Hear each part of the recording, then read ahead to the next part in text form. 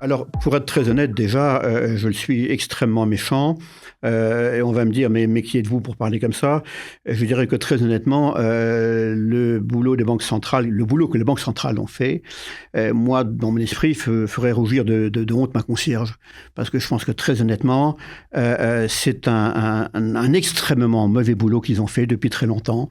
Et ça commençait avec M. Greenspan, qui était le monsieur qui imprimait de l'argent plus vite que son ombre, si je puis dire.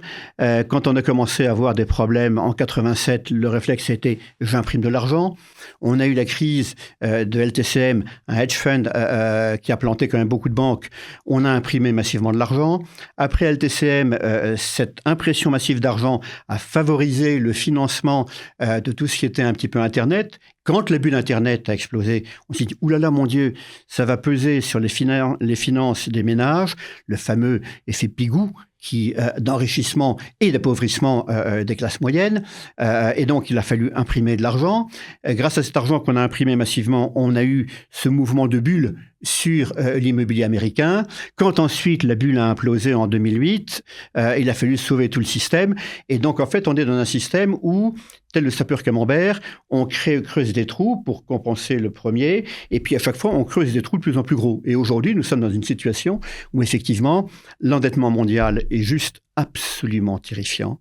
Il faut bien se rendre compte que les États-Unis, qui sont quand même la grosse bête de la machine, si je puis dire, les États-Unis, le déficit américain s'accroît de 1 trillion de dollars. On a ajouté des 3 zéros dans mon métier, en 40 ans, mais il n'y a pas d'inflation.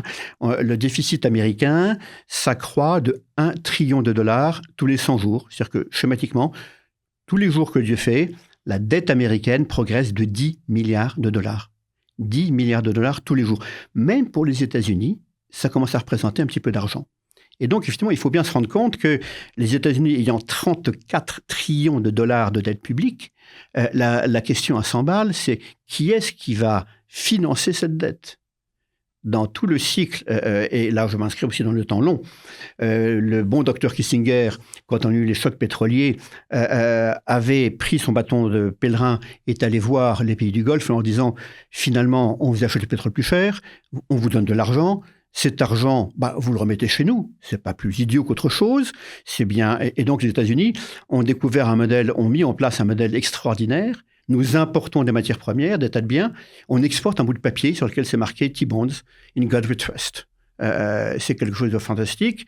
Le problème, c'est que maintenant, on est en face d'une pile de dettes considérable. Et donc, la vraie grande question, c'est qui va financer cette dette. En France, le sujet de l'argent est encore beaucoup trop tabou. Personne ne nous apprend concrètement à prendre en main nos finances. Et c'est pour ça que j'ai créé Finari. Finari, c'est mon application qui vous permet de gérer l'ensemble de votre argent en toute simplicité. Compte bancaire, livret, compte d'investissement, crypto, vous pouvez tout visualiser au même endroit de façon automatique et sécurisée. Finari vous permet aussi de découvrir les frais cachés de vos produits d'investissement, d'évaluer votre diversification et de projeter vos performances futures. Vous pouvez également gérer votre budget, investir en crypto-monnaie et en assurance vie. Scannez le QR code ou cliquez sur le lien dans la description pour démarrer un essai gratuit. On sait que là, ça pourrait être quoi le catalyseur qui ferait que l'économie américaine, qui va plutôt très bien, mais peut-être grâce à la dette, bascule dans une crise?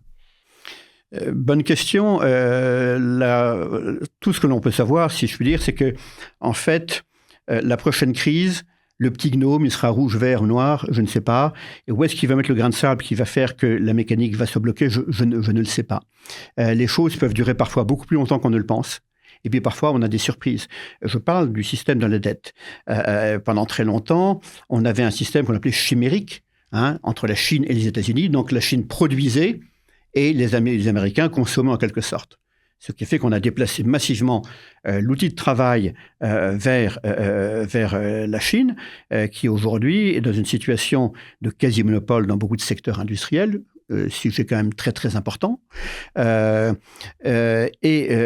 conséquence de tout ça, c'est que on se retrouve maintenant avec un déficit multiple aux États-Unis, et pendant très longtemps, les Chinois ont été les gros financeurs de cette dette américaine.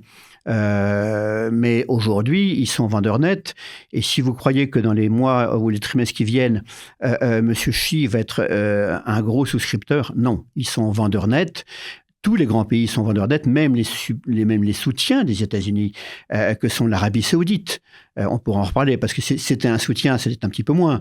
Le Japon, soutien conditionnel, lui-même vend de la dette américaine. Et donc, effectivement, on va être obligé, probablement à un moment ou à un autre, à monétiser cette dette américaine par le système bancaire. La fuite en avant. Alors, on n'est pas encore au Zimbabwe, le docteur Mugabe ne va pas se réveiller ou sortir de sa tombe, mais on est quand même dans une spirale, j'allais dire, qui fait que la dette américaine est très importante.